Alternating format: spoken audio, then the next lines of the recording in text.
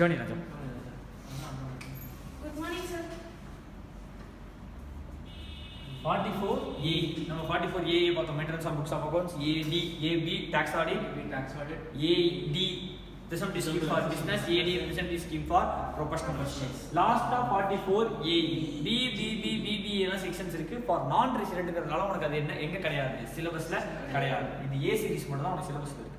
So 44A னா lorry GTA carriage, GTA goods carriage இருக்காங்களா, அவங்களுக்கு ஸ்பெஷலாக கொடுத்துருக்க ஸ்கீம் தான் 44A. அவங்களுக்கான ப்ரெசென்ட் ஸ்கீம். இப்போ லாரியோட டேர்ன் ஓவர், லாரியோட எக்ஸ்பென்ஸ், லாரியோட ப்ராஃபிட்லாம் அரைவ் பண்ணால் ப்ராஃபிட் எக்கச்சக்கமாக ஆகும். அவங்களுக்கு நான் ஒரு ஸ்பெஷல் ஸ்கீம் கொடுக்கணுன்றதுக்காக என்ன ஸ்கீம் கொடுக்குறேன், 44A.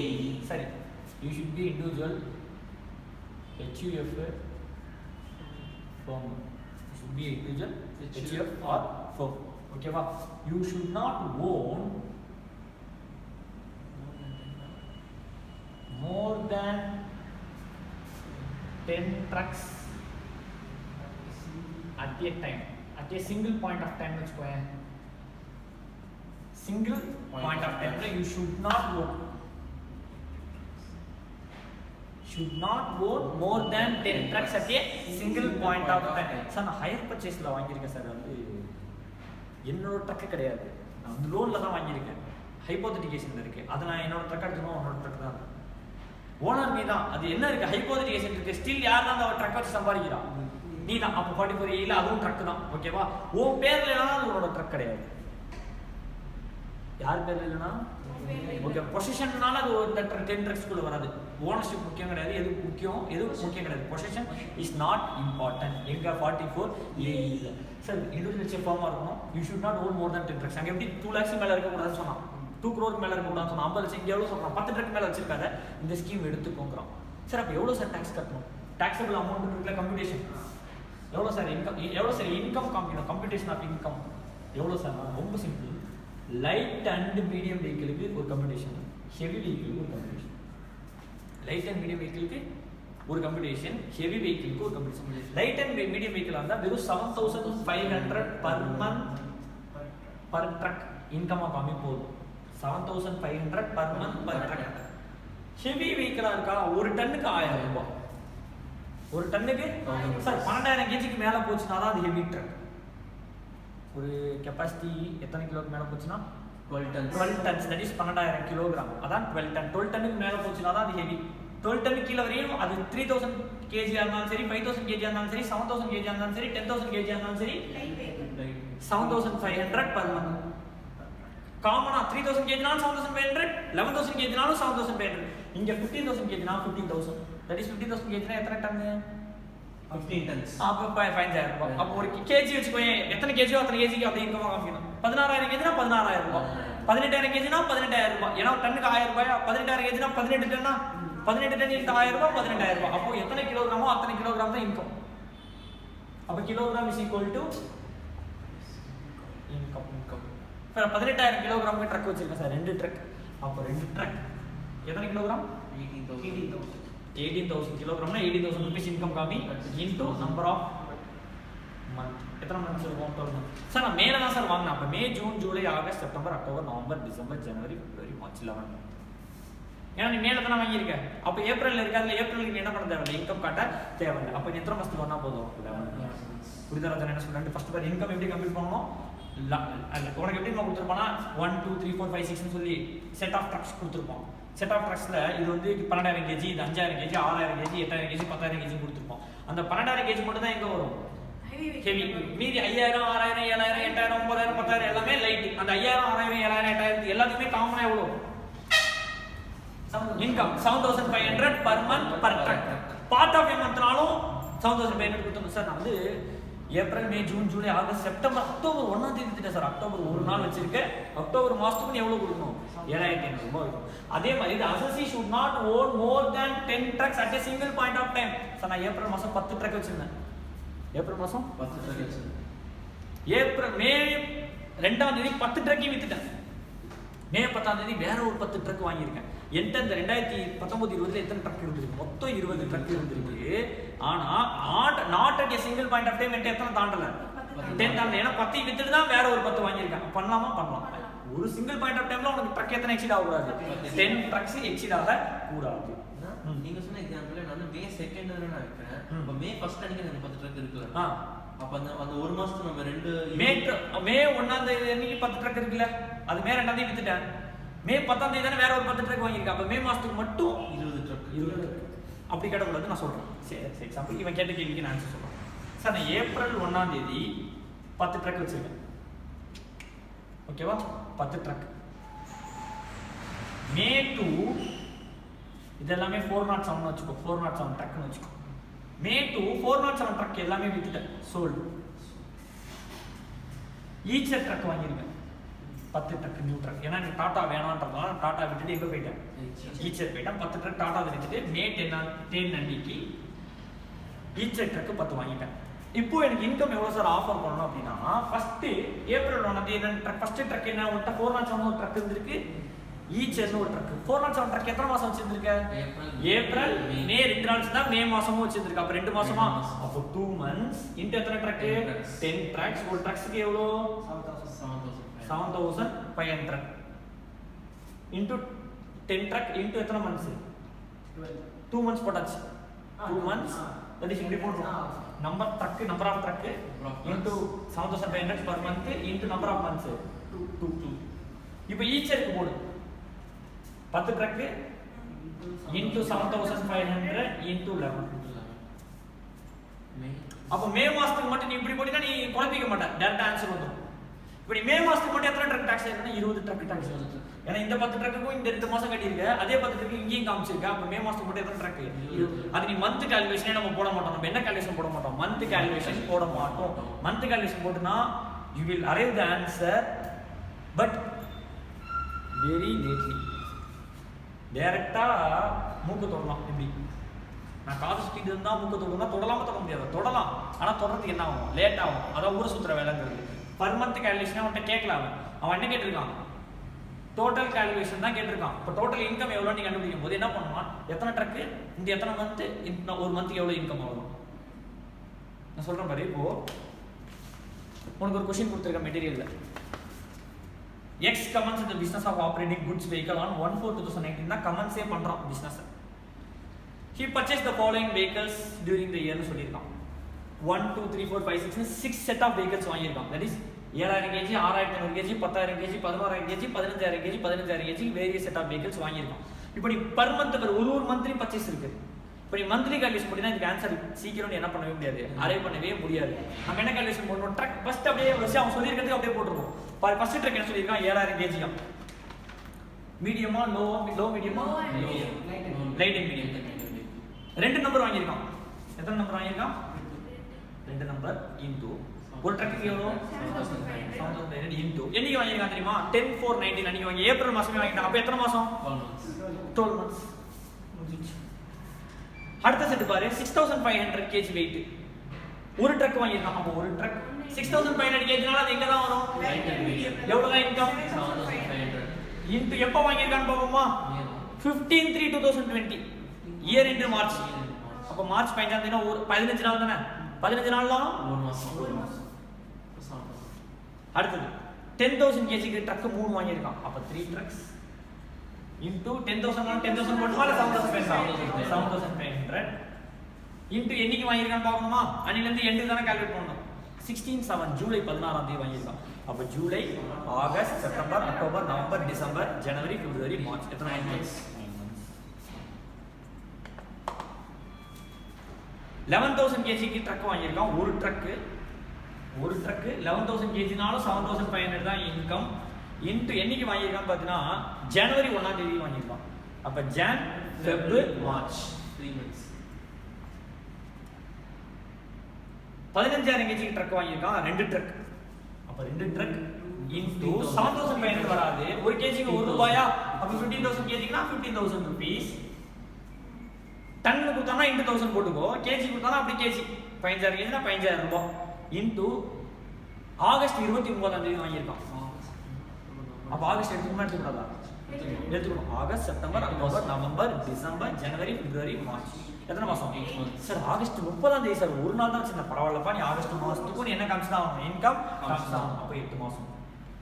இன்னொரு ட்ரக்கு 2 ட்ரக் வாங்கியிருக்கோம். இன்னொரு ட்ரக் 15000 கேஜி ட்ரக் வாங்கியிருக்கோம். நான் வேற டேட்ல வாங்கியிருக்கோம்.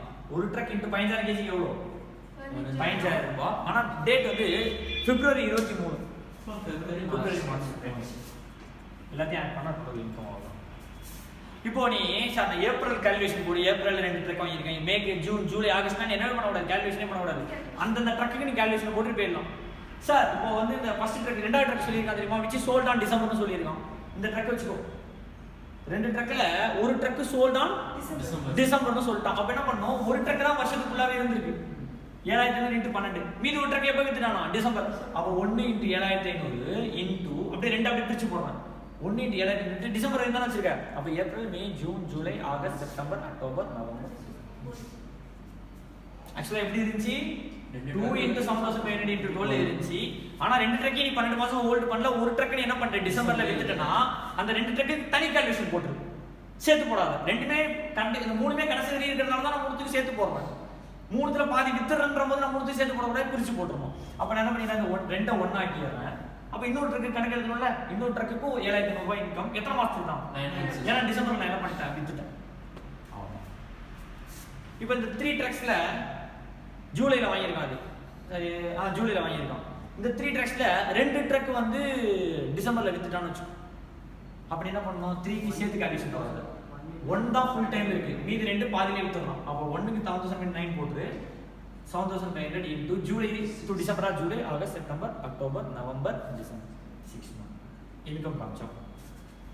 அப்ப ஒரு ட்ரக் வித்துருக்கானா, அந்த ட்ரக்குக்கு எந்த ட்ரக் வித்துருக்கானோ அந்த ட்ரக் மட்டும் தனியா காமிச்சுட்டா என்ன பண்ணா போதும், கால்குலேஷன் போட்டா போதும். மற்றபடி நீ எல்லாமே ட்ரக்கே கால்குலேஷன் போடு. ஒரு ட்ரக் எப்போ வாங்கியிருக்கான், டில் 31 மார்ச். சரி, இப்போ நடுவில் வித்துனானா ட்ரக் வாங்கின டேட்லேருந்து டில் என்னைக்கு வித்துருக்கானோ அந்த டேட். இப்போ நான் இந்த ட்ரக்குக்கு போடும்போது நான் என்ன அசம்ஷன்ல போடுவேன், 31 மார்ச் வரையும் வச்சுருக்கேன். ஏன்னா சோல்ட் இல்லைனா 31 மார்ச் வரையும் இருக்க போகுது. இந்த 2 சேர்த்து நான் போடும்போது என்ன அசம்ஷன், 31 மார்ச் வரையும். அப்போ 31 மார்ச் வரையும் அவன் வச்சிடலன்னு சொன்னானா அதுக்கு தனி கால்குலேஷன் போட்டு. அப்போ எந்தெந்த ட்ரக்கை 31 மார்ச் வரையும் வச்சிடலன்னு சொன்னானோ அதுக்கு ஃபுல் கால்குலேஷன் போட்டு, எதை வச்சிடலன்னு சொன்னாலும் அதுக்கு தனியாக கீழே என்ன பண்ணிடு, கால்குலேஷன் போட்டு. புரியுதா ராஜா? அப்புறம் நீ 10 சிங்கிள் பாயிண்ட் ஆஃப் டைம்ல கன்ஃபார்ம் எக்ஸீட் ஆகாது ராஜா. ஏன்னு சொல்லவா, நீ ஒரே வழியில் ஆன்சர் முடிச்சிருவா. Since total number of tracks exceeds 10 single point of time body will not be applicable. நீ என்ன பண்ணிடுவ, சிங்கிள் லைன்ல ஆன்சரை முடிச்சிருவேன். ஸோ அவன் கொஸ்டின் எக்ஸாம்ல என்ன பண்ண மாட்டான், அப்படி கேட்க மாட்டான். ஸோ கன்ஃபார்ம் 10 ட்ரக்கே கீழே தான் இருக்கும். கால்குலேஷன் போடும்போது நீ இப்படி போட்டுக்கோ, ஓகேவா? இப்போ நார்மலாக இப்படி தான் கேட்பா, சோல்டு தான் வச்சு கேட்க மாட்டான். சோல்டு வச்சு கேட்டாலும் நீ என்ன பண்ணிக்கலாம், பிரிச்சு கொடுங்க. சொல்லுற அந்த படத்து அந்த ப்ரொவிஷன் செக் பண்றதுக்காக ஒரு 11 ட்ரக் 12 ட்ரக் வந்து அந்த ப்ரொவிஷன் செக் பண்றதுக்கு அர்த்தம் இல்லையே. 5 மார்க் கொஸ்டின் அதை செக் பண்ற அளவுக்கு அது ஒருத்துக்கு ப்ரொவிஷன் இல்லையே. 1 மார்க் செக் பண்ணலாம். கேட்கலாம். உனக்கு 1 மார்க் கொஸ்டின் கேட்கறதுக்கான சான்ஸ் அப்படி செக் பண்ணணும். 1 மார்க் கொஸ்டினா தான் பாரு. அப்போ மேபி இந்த ட்ரக் கொஸ்டின் முடிச்சது ஒரு 6 மார்க் கொஸ்டின்ல இந்த மாதிரி இன்கம் கம்ப்யூட் பண்ணு சொல்லியிருக்காங்கன்னா அதுல போய் என்ன செக் பண்ண மாட்டான். 10 ட்ரக்குக்கு மேல இருக்கிற மாதிரி கொடுத்து 10 ட்ரக்கு கீழே தான் இருக்கணும் அப்படின்னு சொல்லி நீ ஆன்சர் எழுதுற மாதிரி என்ன பண்ண மாட்டான், கொஸ்டின் எழுத மாட்டான். சரியா? பார்ட்டிகுலர் புரியுதா? இண்டிவிஜுவல் HCF ஃபார்மா இருக்கும். should not own more than 10 trucks at any point of time in the previous year. அப்புறம் அந்த இன்கம் எப்படி கம்ப்ளீட் பண்ணோம், லைட் அண்ட் மீடியம் வெஹிக்கிள் இருந்தா வெறும் 7500 per month இன்கமா காமி. ஹெவி வெஹிக்கிள் இருந்தா ஒரு கேஜிக்கு 1 ரூபாய், தட் இஸ் எத்தனாயிரம் கேஜி இருக்கோ அத்தனாயிரம் கேஜி இன்கமா காமி. 18000 கேஜினா 18000 ரூபாய் இன்கம், 20000 கேஜினா 20000 ரூபாய் இன்கம் காமி. எத்தனை மாசத்துக்கு அந்த ட்ரக்கை ஹோல்டு பண்ணிருக்கோ அந்த மாசத்துக்கு நீ என்ன பண்ணிடணும், கால்குலேட் பண்ணிடணும். நவம்பர் 20 இந்த கொஸ்டின் வராது. ஷோர் ஷாட் நவம்பர் 19 கேட்டான். ஈஸியா இருக்கா? அதனால தான் வராது. நவம்பர் 20க்கு ஷோர் ஷாட் சொல்ற கொஸ்டின் வராது. நவம்பர் 19ல இதே கொஸ்டின் என்ன பண்ணிட்டான் கேட்டா, இதே சேம் ட்ரக் கொஸ்டின் டெஸ்ட் பண்ணிட்டான். ஸோ எக்ஸ்பெக்ட் பண்ணாத நவம்பர் 20க்கு. ஏன்னா இப்போ மே 20 வந்திருந்தாவது திருப்பி சான்ஸ் இருக்கு ரிவர்ஸ் ஆகிறதுக்கு. நான் சொல்றது புரியுதா? இப்போ மே 20 எக்ஸாம் நடந்திருந்ததுன்னு ஜூலை 20 எக்ஸாம் நடந்திருந்தது அப்படின்னா நடுவில் அந்த ட்ரெண்ட் மாறி இருக்கும். திருப்பி வேற ஒரு கொஸ்டின் பேப்பர் வரும். போன அட்டெம்ப்ட் தான் செக் பண்ணிட்டான் அவனை பொறுத்த வரையும். ஸோ திருப்பி என்ன பண்ண மாட்டான், இந்த அட்டெம்ப்ட் செக் பண்ண மாட்டான். ஸோ இது ஜஸ்ட் பார்த்துக்கோ, இப்படி ஒரு செக்ஷன் இருக்கு மட்டும். ரிமைனிங் எல்லாமே டிட்டோ 44 AD தான் டிட்டோ. லெஸ் இன்கம் இதோட லெஸ் இன்கம்னா இதோட லெஸ் இன்கம்னா என்னென்ன பிரச்சனை சொல்லி பார்ப்போம். இதோட லெஸ் இன்கம் கொஞ்சம் first books of accounts maintain பண்ணணும், டாக்ஸ் ஆடிட் பண்ணணும், அட்வான்ஸ் டாக்ஸ் பே பண்ணணும், இது வந்துடும். அதுக்கப்புறம் 5 வருஷம் வெளியிட்டா அது எல்லாமே டிட்டோ அப்ளிகபிள். 44 AD அப்படி ditto applicable. No separate deduction, 30 to 37 deduction கிடையாது, 40 டிஸ்அலவன்ஸ் கிடையாது. எல்லாமே பெனிஃபிட்ஸ் எல்லாமே சேம். 44 AE. இன்னும் ஒரு செக்ஷன் பாக்கி இருக்கு, 40B 35B. ரெண்டே செக்ஷன் பாக்கி வச்சிருக்கோம். 40 small b, 40 small b, 35 AD. Sir what is 40 small bill சொல்லவே இல்லை சார் நீங்கள். நான் சொல்லலை. இந்த செக்ஷன் என்ன, ரெமுனரேஷன் டு பார்ட்னர்ஸ். பார்ட்னர்ஷிப் அவங்களுக்கு ப்ராஃபிட் 5 லட்ச ரூபா வரும். பார்ட்னர்ஸ்க்கு ரெமுனரேஷன் 4.5 lakhs, ப்ராஃபிட் 50,000 டேக்ஸ் கட்டினா கவர்மெண்ட் ஒத்துப்பானா? வர ப்ராஃபிட் அப்படியே ரெமுனரேஷன் டு பார்ட்னர்ஸ் போட ஒத்துப்பானா? ஒத்துக்க மாட்டான். அப்போது நீ இவ்வளோ தான் ரெமுனரேஷன் கொடுக்கலாம், மேக்ஸிமம் நீ இவ்வளோ தான் ரெமுனரேஷன் பே பண்ணலாம் இன் கேஸ் ஆஃப் பார்ட்னர்ஷிப் ஃபர்ம்னு சொல்லி ஒரு ப்ரொவிஷன் வச்சிருக்கான். அந்த ப்ரொவிஷன் நம்பர் தான் என்னது 40. ஓகேவா? அது ஆக்சுவலாக வந்து ஒரு ஃப்ரெண்டு பேசிகிட்டு இருந்தேன், ஸ்கூல் ஃப்ரெண்டு. ஓகேவா? அவன் சிஏ ஃபைனல் பண்ணுறான். அவனுக்கு என்னடி ஃபஸ்ட்டு 2 டேக்ஸ் மாடியூல் ஃபைனலில் ஃபஸ்ட்டு 2 டேக்ஸ் மாடியூல் இன்டரில் கொடுத்துருக்குறது அப்படியே தானடா இருக்குது. இல்லை அவன் சொல்கிறான் இன்டர்வியூ கொடுத்தாலும் அப்படியே இல்லைடா, நிறையா செக்ஷன்ஸ் புது செக்ஷன்ஸ் வந்துருக்குடா அப்படின்னா. என்னடா புது செக்ஷன் வந்திருக்குன்னு நான் கேட்டேன். அவன் சொல்கிறான் 46 தான். 46 புது செக்ஷன் இன்டர்வியூ புக்கில் இல்லாததாக இருக்குது. லிக்விடேஷன் ஆஃப் கம்பெனி 47 புதுசாக இருக்கான். நாட் ஏ ட்ரான்ஸ்ஃபரு 50 சிஏ தவிர வேறு செக்ஷனே தெரியாமல் 50 தான் அவனுக்கு இன்டரில். ஃபைனல் தான் 50 ABCD தான் நடத்துகிறாங்க. 50D ஒரு செக்ஷன் இருக்குன்னு சொல்கிறான், எனக்கு தெரியாதுங்கிறான். அப்படி இப்பயுமே தெரியாது. ஃபைனல் படித்து எழுதிட்டு அவன் அட்டம் எழுதி போயிடுச்சு. அவன் இப்பயுமே எனக்கு 50D ஒரு செக்ஷன் இருக்குன்னு தெரியாதுங்கிறான். 31, 32 நம்ம படிக்கவே இல்லைடா இன்டர்லங்கிறான். அப்போது லைக் என்ன புரிஞ்சுக்கோ, அப்படி எல்லாமே பாஸ் பண்ணிட்டு வந்துட்டாங்க ஃபைனல். அவன் இப்போ சொல்கிறான் 30, 31 நான் இப்போ தானே பார்க்குறேன், 32 தான் இப்போ தான் பார்க்குறேன், 35 சில செக்ஷனில் இப்போ தான் பார்க்குறேன். அப்போது இன்டர் சிலபஸில் என்ன இருக்குன்னே தெரியாமல் எத்தனையோ பேர் ஃபைனல் வந்துட்டாங்க. உனக்கு இந்த செக்ஷன்ஸ்லாம் தெரிஞ்சிருக்கு, உனக்கு திரும்பி என்னென்ன செக்ஷன் தெரியும் சொல்லுவோம். இன்டர்ல இப்போ அந்த பிஜிபிபியில் என்னென்ன செக்ஷன் தெரியும் சொல்லுவோம். 28, 29, 28 சார்ஜபிலிட்டி, 29 how to compute PGBP income, 30 rent, rate, repair, insurance of building, 31 repairs and insurance of plant and machinery furniture, 32 depreciation, 32 AD investment allowance. அந்த பேக்வர்ட் ஷேட்ல படிச்சோம் தெரியுமா, 15% எக்ஸ்ட்ரா அலவன்ஸ். அப்புறம் 35 scientific research, A சீரிஸ்ல ABB, AD, ABB னா telecommunication operator, AD specified business, CCCD agriculture skill development, DDDDA படிச்சோமா 1/5 sections. Preliminary expenses, merger demerger, BRS, 36 11A 11B insurance claim, insurance premium, 12 bonus, 13A interest on borrowed capital, 4A படிச்சோம். RPF, NPS, 5 gratuity limit at 5A, 6 loss on animals, loss on livestock, 7 battle provision for battle, 9 family planning expenditure, 15 STT, 16 CGD, 37 general deduction.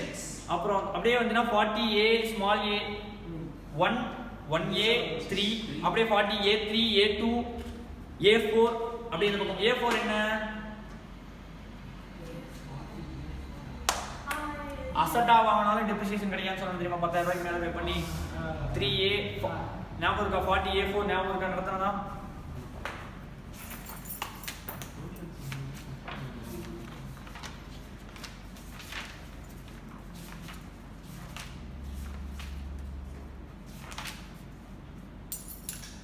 Contract மீறினாலும் contract breach கிடையாதுன்னு சொன்ன ஞாபகம் இருக்கா.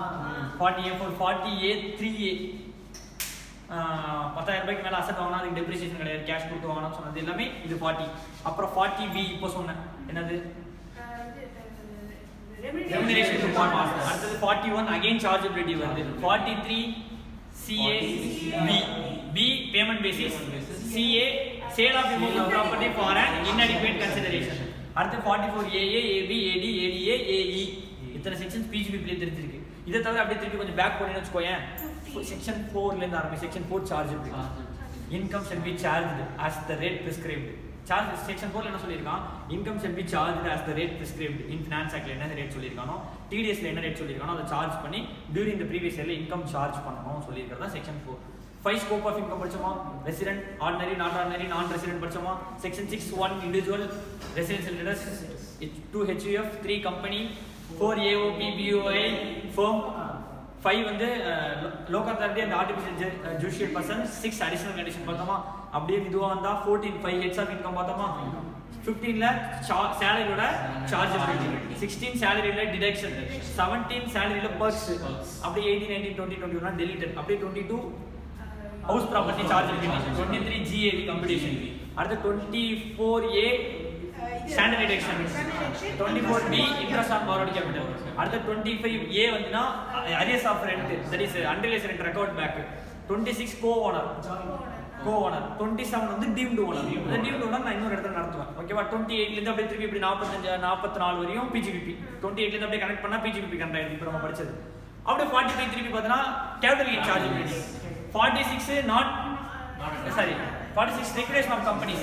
47 not a transfer. 48 computation of capital gain income. Long term capital gain, short term capital gain computation போடுறதுனால அது. 49 cost of acquisition. Deemed cost of acquisition. 49 1 2 3 படிச்சோம்ல. Acquiring A Limited, later on A Limited merged with B Limited, sold the shares of B Limited. Cost of acquisition of A Limited will be the deemed cost of acquisition of B Limited. படிச்சோமா ஸ்வெட்டி sir 400 share 300 ரூபாய்க்கு வாங்குறேன். அப்போ at the time of sale அந்த 100 ரூபாய் purchase at the time of sale 400 ரூபாய் will be the cost. இது படிச்சோம். அப்புறம் gift from relative non relative இதெல்லாம் 49. 50 sale of depreciable asset. இது நம்ம 32 ஓட பார்த்துட்டோம். If answer is negative short term capital gain படிச்சோமா. If answer is positive, block exists not depreciation, block does not exist short term capital loss. அதான் 50C. அதான் 50 sale of depreciable asset. 50A depreciation in case of power units னு ஒரு concept இருக்கு. அது ஒரு final level 50A. 50B slum sale. net worth மைனஸ் பண்ணிரோம் தெரியுமா காஸ்ட் ஆஃப் ஆக்ஷன் பண்ணுங்க. 50C inadequate consideration. 51 advance money for feeder. 52 கிடையாது, 53 கிடையாது, 54 house property with house property வாங்குறது எக்ஸெப்ஷன். 54B agriculture land வித்துட்டு agriculture land. D industrial unit compulsory acquire பண்ணனா அதுக்கு நான் வேற ஒரு யூனிட் வாங்கிட்டேன். EC bond fund. F வேற ஒரு அசெட் வித்து வீடு வாங்குறது. இதெல்லாம் அப்படியே 54 F வரையும் பார்த்தோமா. அப்படியே 55 ல துடுப்படுத்தினா அதர் சோர்ஸ் ஆரம்பிக்கும் 59 வரையும். 55 cost of acquisition, cost of improvement. 55 1 improvement 2 cost of acquisition. அதை விட்டு 56 ல ஆரம்பிச்சனா 59 வரையும் அதர் சோர்ஸ். 60 ல திருப்பி கிளப்பிங். 70 ல செட் ஆஃப் கேரி ஃபார்வர்ட். 80 ல டிடக்ஷன். அப்படியே போனினா 192 ல TDS. அப்படியே 203 சம்திங் ல அட்வான்ஸ் டாக்ஸ். 234 ல penalty. 234A B C F ல பெனால்டி. 271A என்னது? 271A 44A ஓட பெனால்டி. நான் maintenance of books of accounts ஓட பெனால்டி. 44AB AB பெனால்டி என்ன? 271B rounding of income 288 A rounding of total income to the nearest 10 rupee. First class chapter நடந்திருப்ப 288 A rounding of tax liability 288 B. அப்படியே அந்த கோர்வியா section ஞாபகம் வச்சிருந்தீனா இப்போ நான் section பாரு எங்கேயோ படிச்சது அப்படியே ரிலேட் பண்ணிட்டேன். இது ஒரேடி அப்படியே நோட்ல எழுதிட்டே வந்து வெச்சுக்கோங்க. ஒரேடி எழுதி வந்து வெச்சுக்கோங்க செக்ஷன் ஃபிங்கர் டிப்ஸ். இந்த செக்ஷன் நான் மனப்பாடம் பண்ணி உனக்கு நடத்தல. நான் மனப்பாடம் பண்ணல. அப்படியே இந்த ரூட்ல போனா இந்த இடத்துல 17 ஏறனா பிள்ளையர் இறங்கிக்கலாம். அங்க பஸ் பிடிச்சு அங்க போலாம். நம்ம எப்படி பஸ் ரூட் படிக்கிறோமோ அதே மாதிரி தான் இந்த செக்ஷன் இங்க அந்த செக்ஷன் இங்கட்டு அப்படியே ஒண்ணு படிக்க இப்போ அட்லீஸ்ட் நான் சொன்ன செக்ஷன் எல்லாம் சொல்ல தெரியலனாலும் உனால ஒரு 80% செக்ஷன் நான் சொல்ல உனால திருப்பி என்ன பண்ணிருக்கீங்க கேட்க உனால ஆன்சர் பண்ண முடியும். அது அப்படியே கோர்வையா புடிச்சிட்டீனா முடிஞ்சு. சோ இப்போ PGBP ல லாஸ்ட் செக்ஷன் முடிச்சோம். ஒன்னு இந்த 40B பாக்கி இருக்கு. 35AD பாக்கி இருக்கு. இது முடிச்சிட்டோம்னா PGBP முடிஞ்சது. அந்த ரெண்டு செக்ஷன் நான் டீச் லேட்டர். ஓகேவா? அது ரெண்டு செக்ஷன் அப்படியே இருக்கு. ஏன்னா அது சில கான்செப்ட் தெரிஞ்சா மட்டும் தான் 35AD ல கான்செப்ட் தேவையில்லை. 35AD வந்து நீ மனப்பாடம் பண்ணணும். ஒரு 10 பேரை மனப்பாடம் பண்ணணும். ஓகேவா? அதனால அதை நான் நேட்டாக நடத்து எதெல்லாம் மனப்பாடம் பண்ணணுமோ நான் நடத்த மாட்டேன். ஸோ எக்ஸாம் கிட்டக்க போய் படிச்சா கரெக்டாக இருக்கும்ன்றதுனால வச்சிருக்கேன். 40B கொஞ்சம் கான்செப்ட் இருக்கு. அதில் நான் லேட்டராக டீச் பண்ணுறேன். ஸோ இதட்ட நம்ம என்னத்தை முடிச்சிட்டோம் PGBP. ஸோ நெக்ஸ்ட் வீடியோவில் உன் புக்கில் உள்ள எல்லா கொஷினுக்கும் ஆன்சர் பண்ணணும். உன் புக்கில் அங்கே எக்ஸாம்பிள் இலிஸ்ட்ரேஷன்ஸ் எக்ஸசைஸ் கொடுத்துருப்பான். அப்படியே பார்த்தீங்கன்னு வச்சுக்கோங்க ப்ராப்ளம்ஸ் கொடுத்துருப்பான். அந்த எல்லா ப்ராப்ளம்க்கும் நான் ஒர்க் அவுட் பண்ணி காட்டுறேன். Okay answer.